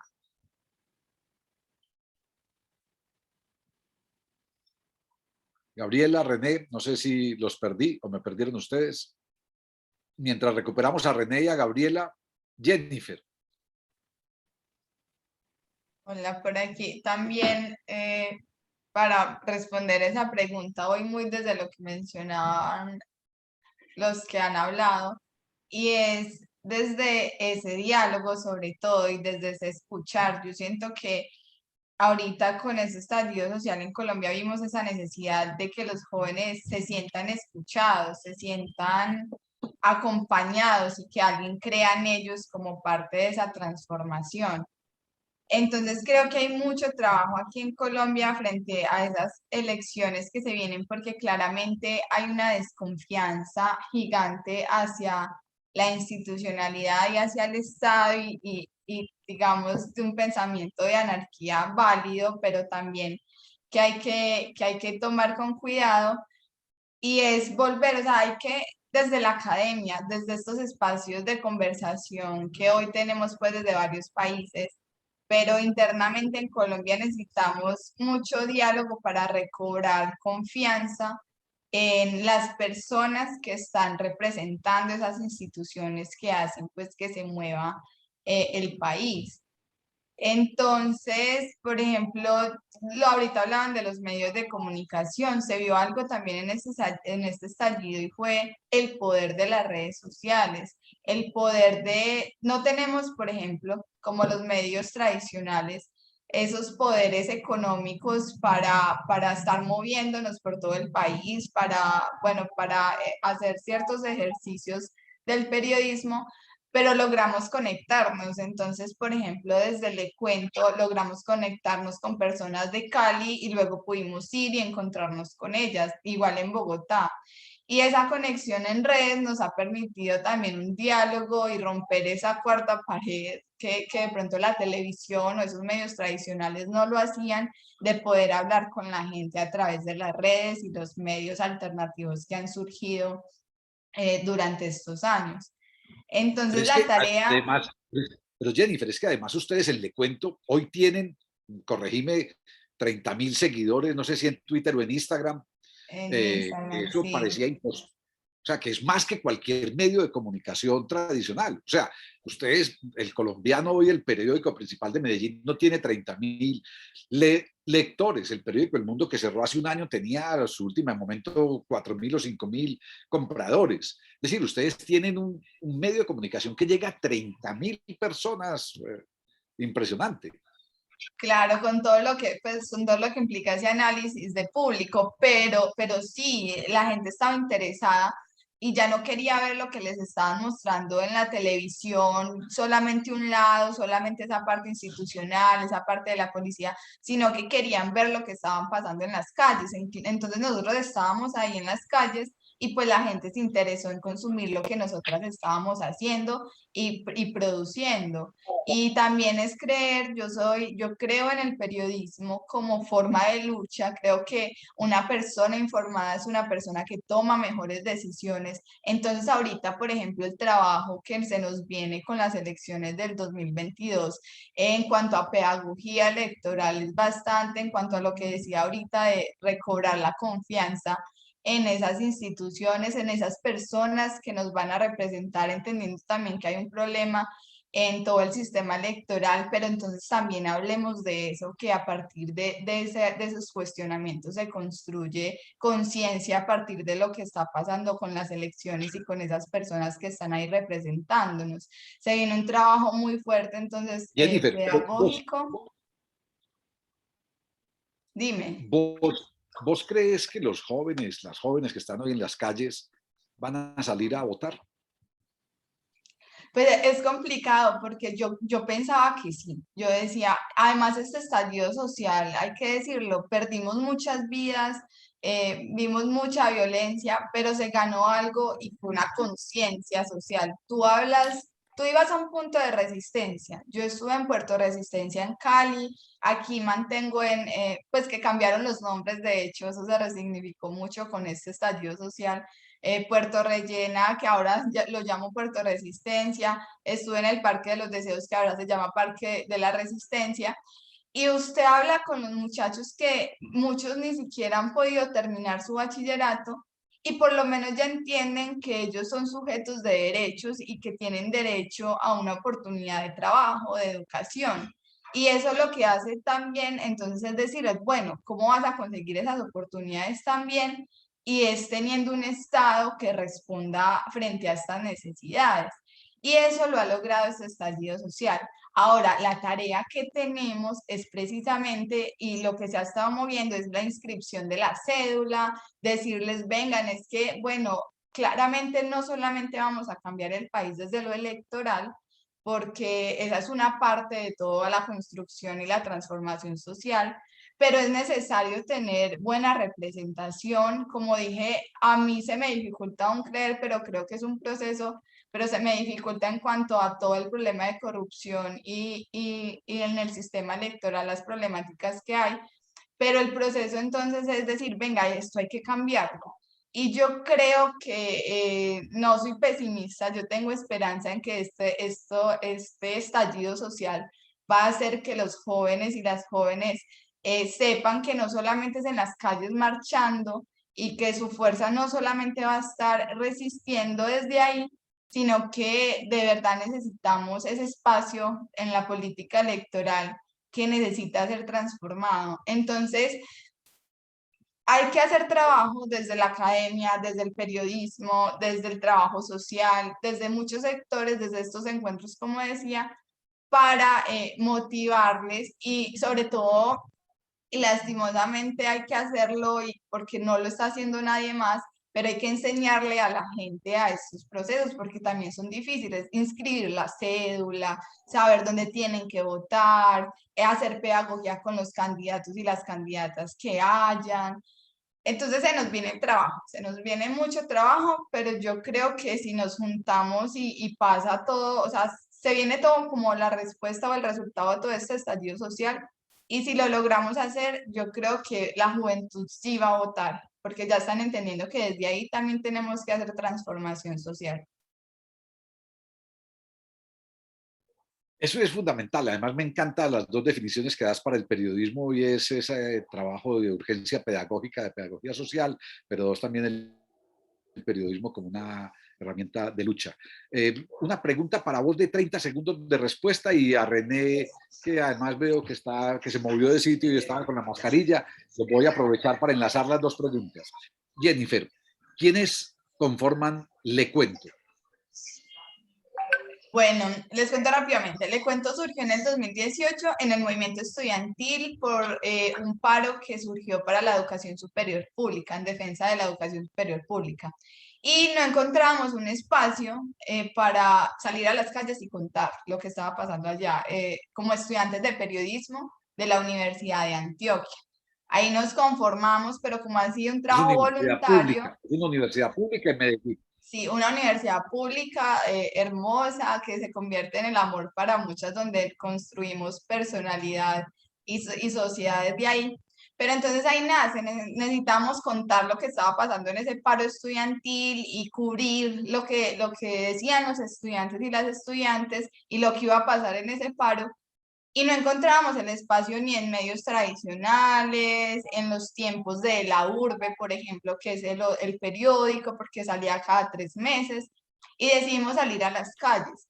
Entonces, Le Cuento está conformado en estos momentos por 10 personas, estudiantes, casi todos, sí, puedo decir, hay una periodista ya graduada, pero de resto todos son estudiantes, jóvenes que decidimos salir a las calles con el poder de que nos da una cámara, un celular, y con el poder que nos da las redes sociales, y con el poder que nos da las herramientas del periodismo a través del sonido, del video y de todo el mundo audiovisual, para contar lo que está pasando. Entonces ahí somos jóvenes, creativos, que vemos la necesidad de generar información a través de redes sociales.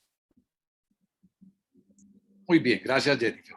René, Gabriela, Voz das Comunidades. Cuéntenos el ABC de Voz das Comunidades. Vos creaste Voz das Comunidades cuando tenías 11 años, René, y se convirtió tal vez en el mayor medio de comunicación en favelas en Brasil. Sim, sim. O Voz das Comunidades, na verdade, ele surge a partir de uma necessidade minha e da população de favela, principalmente, de ter um veículo de comunicação comunitária que possa nos representar, que possa falar a nossa voz, que possa mostrar a nossa realidade através da nossa visão. E o que a grande mídia faz até hoje, 16 anos depois que o jornal surgiu, até hoje a grande mídia mostra principalmente a parte de violência, do tráfico, das mortes, e toda a equipe do Voz das Comunidades, né, que são jovens também, é muito interessante, são moradores de favela, são pessoas que nasceram dentro de alguma favela ou que moram em alguma favela ainda hoje, e que com o objetivo do Voz das Comunidades de mostrar a nossa realidade através da comunicação comunitária, falar de como a gente vive e criticar, apontar o dedo para o poder público, por exemplo, quando muitos problemas sociais acontecem diariamente, violação dos direitos humanos, muito, quando tem operações policiais dentro das favelas.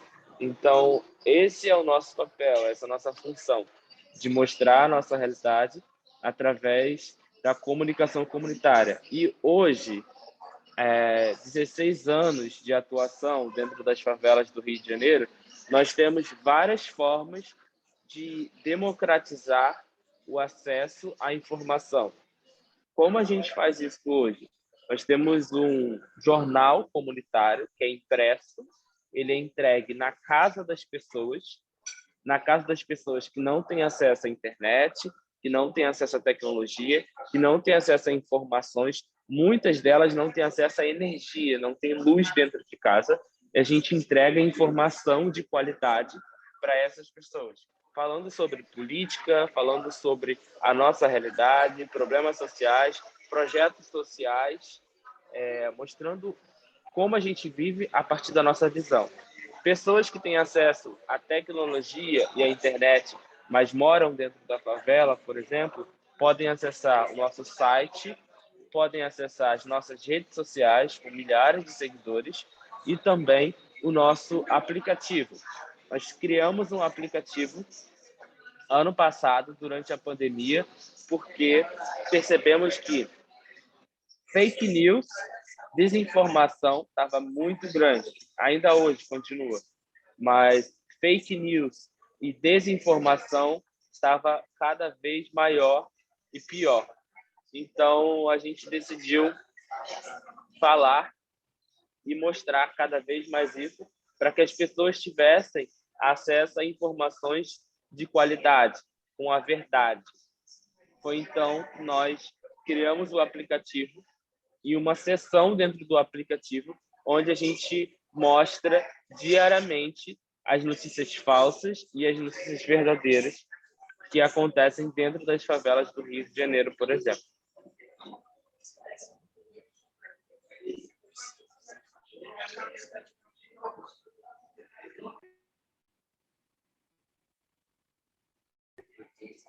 Jorge?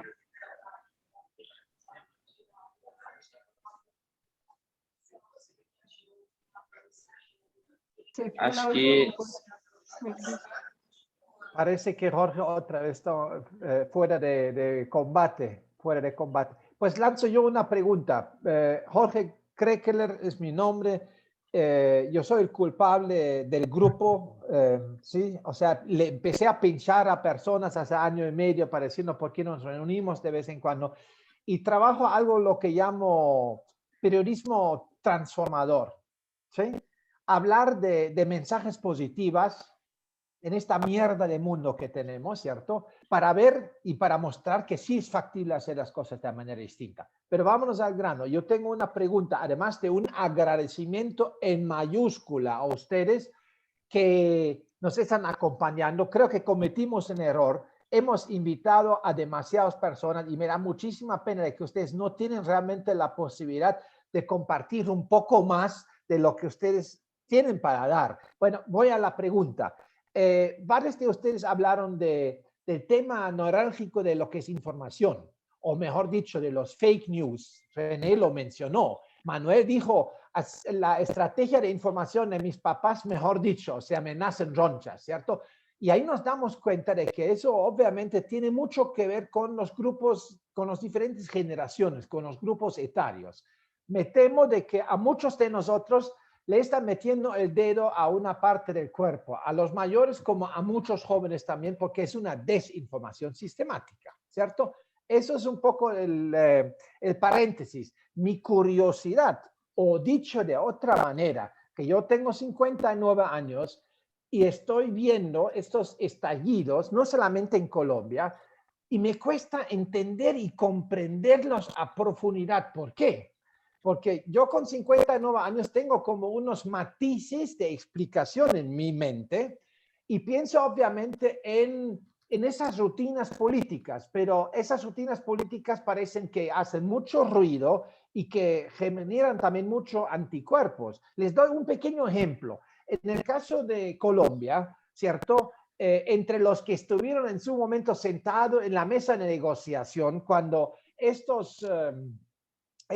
estallido está llevado a cabo por gente joven y con todo el respeto, si hay un sindicalista que tiene casi 70 años, ¿qué miércoles de representatividad tiene alguien para poder hablar en voz de? Y yo esperaba más bien de que se le caiga una desautorización de por sí, pero mi curiosidad y mi esfuerzo mental es, Jennifer ya mencionó esto un poco, diciendo, ¿será de que las y los jóvenes van a decir, sí, vamos a votar, cuando solamente el voto no es a lo mejor la solución, pero sí, eso es una parte de esto? Mi pregunta es, ¿hasta qué punto la sociedad, el establishment, las lógicas establecidas políticas, si logran entender qué significa este estallido? Y dos, ¿hasta qué punto creen ustedes cuáles pueden ser desenlaces que permiten lograr una mayor compatibilidad en términos de mecánica, de la mecánica política, digamos, entre el estallido por un lado y, bueno, la falta de voluntad política del establishment, tanto en Colombia como en Argentina, como en Brasil, como en buena parte de este globo, ¿cierto? Entonces, ¿cuál es el desenlace de esto? Porque nosotros en varias oportunidades estuvimos olfateando el hueso, pero nos dimos cuenta, y estoy viendo ahora en la pantalla a Olga Lucía, con ella lo hicimos varias veces diciendo, pero nosotros tenemos matices políticos en la cabeza que ya están contaminados y nos cuesta migrar hacia otras formas, por lo menos para entenderlo. ¿Quiénes de ustedes me puede dar un poco de luces? ¿Por dónde hay una salida? ¿Qué creen ustedes acerca de esto? Y disculpen lo desordenado de mi pensamiento que les estoy lanzando. Gracias. Si me permiten, Jorge, voy a formular una pregunta que es continuidad a lo que plantea Jorge Krekeler. ¿Sí? ¿Qué hay más allá, después de la movilización, del conflicto? Esto que dice Jorge es muy importante. ¿Cuál es la mirada más allá de las circunstancias, del hecho muy concreto de la movilización? Una estrategia hacia adelante. Que yo diría, ¿cómo ven este recambio generacional? Nosotros, como dice Jorge, estamos contaminados y creo con una gran carga de frustración porque no hemos logrado ese cambio deseado y seguimos viviendo mundos autoritarios, adultocentristas, con una maquinaria que nos agobia y que nos está conduciendo al desastre a nivel planetario. Entonces, este es el desafío. ¿Cómo están pensando ustedes más allá de la participación activa, movilizada que han tenido? Mi nombre es José Antonio Pérez, me dicen Perico, yo soy de La Paz, Bolivia, y bueno, me encanta y gracias por disfrutar este espacio con ustedes. Perdón, Jorge, yo creo que hay que renovar el grupo, o sea, no es para esta sola ocasión, sino que ellos deberían ser parte de Resonancia. Muy bien. La ¿Quién se le puerta está mide? abierta, la puerta está abierta para que lo sepan y que lo piensen. Bienvenidos para quienes se animan. ¿Quién se le mide a las preguntas de Jorge y de José? Tania, Manuel, Jennifer, Gabriela. Bueno, yo creo, la verdad que es algo muy complejo, ¿no? Por un lado, tengo como una postura positiva y una postura negativa, ¿no? Por un lado, creo que la posibilidad de acceder a la información después de pandemia, si bien genera espacios como este, que estamos hablando personas en diferentes lugares del mundo, ¿no? Y te da esta posibilidad. Pero también hay una brecha muy alta en cuanto a Internet y la posibilidad de acceder a la información. Entonces, por ese lado, la verdad que lo veo muy negativo y digo, bueno, tenemos estallidos sociales que permiten la revolución de la sociedad, ¿no? Pero también hay una gran parte de la sociedad que está casi que callada y más que callada, desinformada. Entonces vemos, si tenemos una mirada hacia el futuro, no sé hacia dónde vamos, ¿no? Estaba leyendo unos números y decía que después de pandemia el 85% del estudiantado dejó de asistir a la escuela, ¿no? Y tengo por ahí esto es en Argentina, no sé si será en todos lados, pero como esta información, ¿no? 3 de cada 10 hogares no tienen acceso fijo a Internet. Entonces cada vez la desinformación es mayor.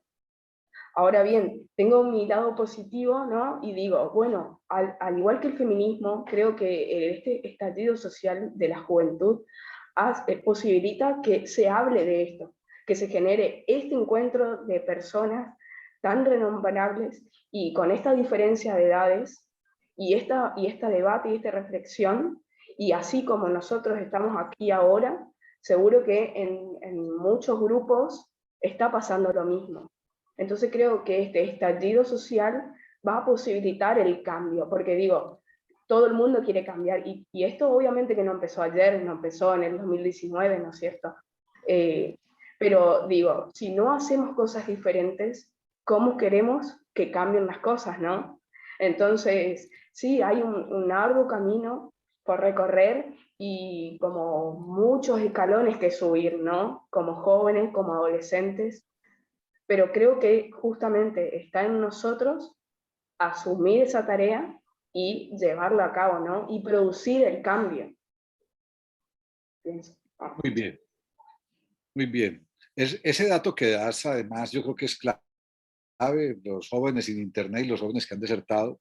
Ahí estaba buscando el dato en Colombia y el 50% de los hogares en Colombia no tienen Internet, y lo dice el Ministerio de Información y Telecomunicaciones, de las TIC.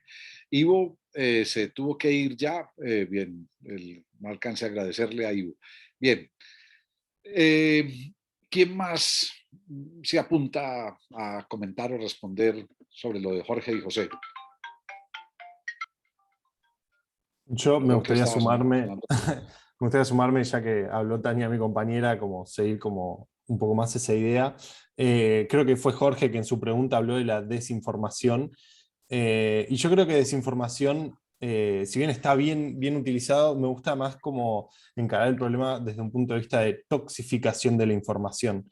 Porque no es un tema de que yo no busco informarme o me llega una información, no me llega la información está, la puedo encontrar y yo me puedo informar. Lo que hay, yo creo que es una sobrecarga de información y como hablaba René, perdón, no entiendo muy bien portugués, pero escuché que hablaba de fake news y esos temas. ¿Cómo puedo tratar de informarme si cuando prendo la televisión y veo el noticiero me ponen un video de un gatito en un árbol y después me hablan de 300 muertos en un accidente y después me muestran a un bebé gracioso haciendo alguna acción llamativa y de vuelta volvemos a la pobreza subió? No permite procesar la información de una manera correcta. Y por eso me gusta encarar el problema desde un lado de toxificación de la información y no tanto desinformación. Y bueno, no pretendo tener una solución una respuesta concreta a lo que preguntaba Jorge y José, porque si lo hicieran por ahí ya sería un líder de un Estado.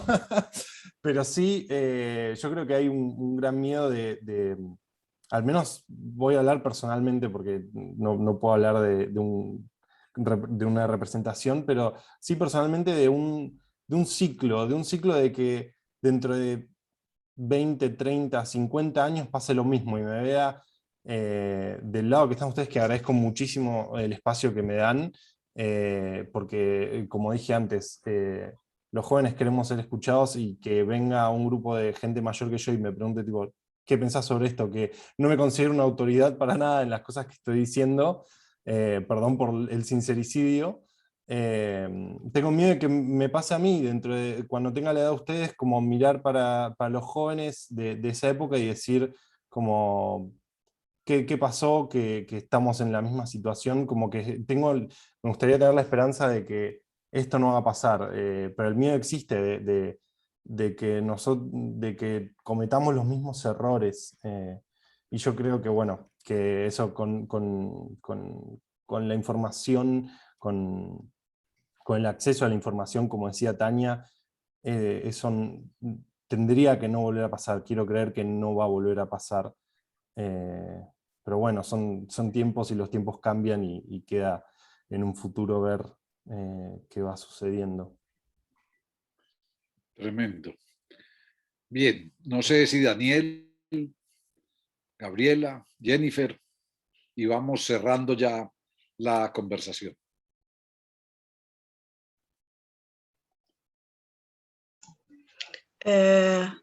Jorge, eu queria Gabriel. destacar, né? René falou bastante sobre o acesso à internet e como a gente chega, né, dentro dessas favelas e quem não tem a internet para conseguir, né, continuar no combate a fake news. Eu acho importante também lembrar que o Voz das Comunidades, ele além de fazer um trabalho jornalístico, ele trabalha muito com a assistência social. Então, esse período da pandemia, ele foi um dos períodos mais marcantes. A gente teve uma ajuda muito grande da internet, né? Através da plataforma do Twitter, através de conteúdos que a gente fazia no conteúdo, porque a gente conseguiu mais de 170 mil toneladas para essas famílias, né, que não tem assistência do governo, e quando tem, não é uma política pública, porque a gente sabe que existe o Bolsa Família aqui no Brasil, que ajuda as pessoas mais pobres a terem acesso, entre aspas, à comida, né? Não sei se o Ivo está um pouco ciente que não é uma política pública, mas é uma assistência que as escolas dão, né, para quem está ingressado na escola. E o nosso maior dificuldade e também nosso maior desafio, né, é que a pandemia ela trouxe uma mudança muito grande para a gente, que vai incorporar para sempre na nossa rotina, né, que é o trabalho remoto. Então, a nossa estratégia, futuramente, daqui, não sei, até o final do ano, a gente quer tentar capacitar os jovens para o mercado de trabalho, já que as escolas hoje, o sistema de educação brasileiro está completamente parado e esses jovens eles não têm a oportunidade de entrar no mercado porque não termina a escola e a qualificação completamente parada. Então, junto com as grandes empresas, a gente pensa em qualificar os jovens das favelas, né? Inicialmente das favelas cariocas, para conseguir um acesso ao mercado de trabalho através de uma qualificação eficiente, após o coronavírus, que deixou um rastro completamente defasado na nossa economia. Muy bien, bien, tremendo. Jennifer, no sé si algún comentario sobre este punto y vamos cerrando.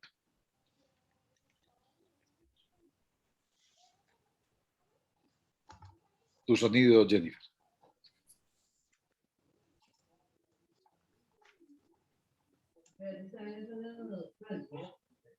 Jennifer, tu micrófono.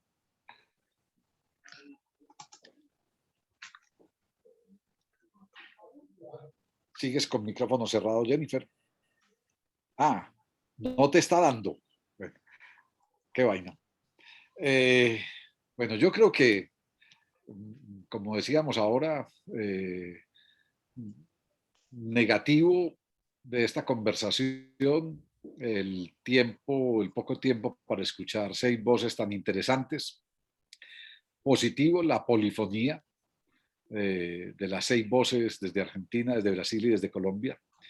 Yo creo que también nos viene bien estas capsulitas. Les confieso que yo tenía otro esquema y era un esquema de preguntas y respuestas de 1 minuto cada uno, pero desde la primera pregunta de Jennifer dije esto va a ser imposible y me encantó que así sea, porque creo que es necesario darnos el espacio para estas buenas conversaciones. Me alegra mucho haber tenido Manuel y Tania representación desde Argentina. Le agradezco a la Fundación Crear Vale la Pena y a Inés Sanguinetti por haberlos convocado a ustedes desde Buenos Aires y desde Corrientes, 2 ciudades que además hacen parte de mi corazón porque he pasado muchísimo tiempo en Argentina, sobre todo en Buenos Aires, pero en Corrientes he estado, no sé, 4 o 5 veces, Tania, tanto en Corrientes como en Chaco, que son las 2 provincias vecinas una de la otra, Corrientes y Resistencia, que además se llama la ciudad al frente de ustedes, que es como si fuera una sola ciudad dividida por un río. Me gusta mucho haber tenido a Gabriela y a René. Muchas gracias, Gabriela. Ha sido un placer escucharlas a ustedes desde Río de Janeiro, una ciudad que he estado varias veces, pero que nunca logro comprender. Me pasa algo raro con Río de Janeiro. Entre 40 ciudades de Brasil que he tenido la oportunidad de recorrer por proyectos sociales o culturales o de gestión pública, Río de Janeiro es una ciudad que es como si la geografía dispersa de Río de Janeiro me fuera también como un símbolo de la sociedad dispersa y no logro asirla, no logro agarrarla, no logro comprenderla. Entonces cada vez el sábado pasado desayunando con ustedes, te decía que me faltó tiempo para comprender lo que ustedes hacen y en esta conversación de hoy me gusta mucho haber tenido esa mayor comprensión. Jennifer se nos cayó, Daniel Suárez no sé si todavía estará por ahí, Daniel tenía que desplazarse desde Envigado, donde vive ahora, es vecino nuestro Jorge, incluso tenía ganas de venirse a vivir a la casa de Tomás González, en la casa de Alberto, o sea, iba a ser vecino nuestro, estuvo mirando ese espacio, pero finalmente vino a vivir por acá cerca a otra parte, donde está trabajando. Y bueno, entonces para Daniel, para Jennifer y para Lina en Medellín, un agradecimiento tremendo por la experiencia y yo creo que yo he dicho algo que suena raro y es que estos jóvenes que parecen construir desde la desesperanza son los que nos están llenando de esperanza. O sea, yo creo que hoy yo estoy recargado desde el 28 de abril en Colombia, a pesar de las muertes y del dolor de las muertes y del dolor de las heridas y del dolor de la sangre que ha corrido en las protestas en Colombia. La mayoría de las protestas han sido protestas muy alegres, protestas muy esperanzadoras. Y aunque no sabemos muy bien a dónde nos va a llevar todo esto, sí tiene que llevarnos a otro escenario con una palabra que tal vez mencionó Jennifer, que es la confianza. La desconfianza se refleja en 2 cifras ayer en Colombia. El presidente colombiano tiene un nivel de desaprobación del 79%, 7-9%. Iván Duque, que además es un tipo joven para lo que sería un presidente usual, pues tiene 40 y piquito de años, tiene 79% de desaprobación. Solo otro presidente había tenido ese nivel de desaprobación, Andrés Pastrana, que algún caricaturista dijo que Pastrana había sido tan mal presidente que no servía ni siquiera para expresidente. Iván Duque no creo que sirva ni para expresidente.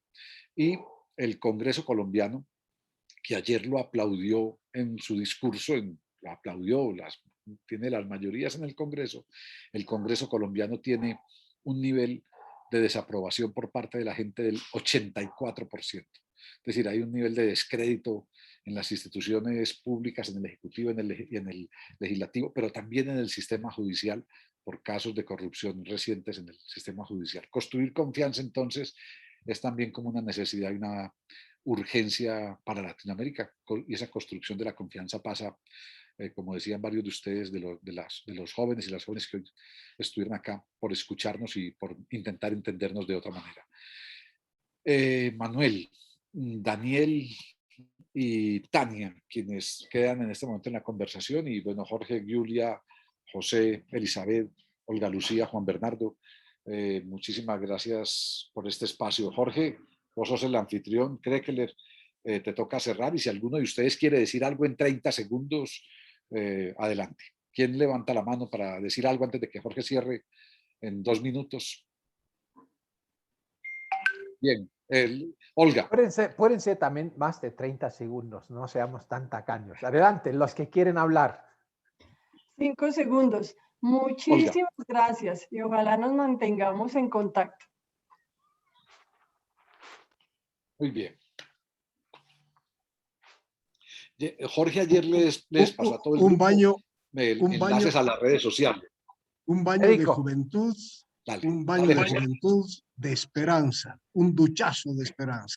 Gracias. Bien, una maravilla. Bien. Giulia, ¿alguien más? ¿Qué dices vos desde Roma? La primera vez que estuviste ahí en el grupo, ojalá que no te desanimaste. ¿Qué te parece? No, me agrada escuchar mucho. La conversación está muy interesante.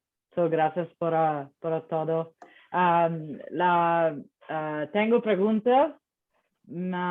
Esta vez preferís escuchar.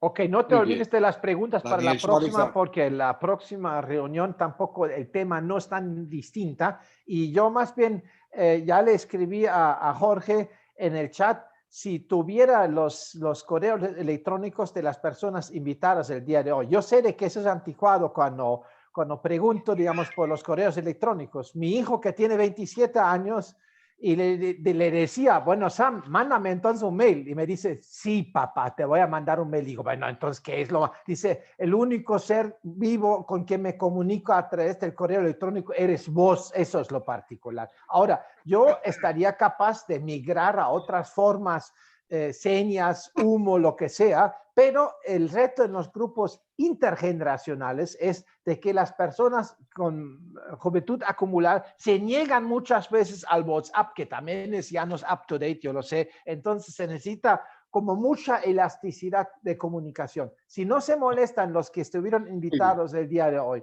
y aceptan esto, que Jorge me pase sus correos electrónicos, yo les incorporo en la convocatoria, y con tal que ustedes no se mueven más, no les voy a molestar mucho tiempo tampoco. Un gran abrazo de mi parte, 1000 gracias a Jorge, realmente espectacular, y a cada uno de ustedes.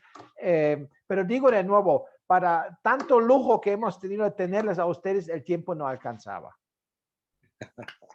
Muy bien, feliz día a todos. Hasta luego, Manuel, Tania. Muchas gracias, Giulia. Un abrazo Jorge. grande.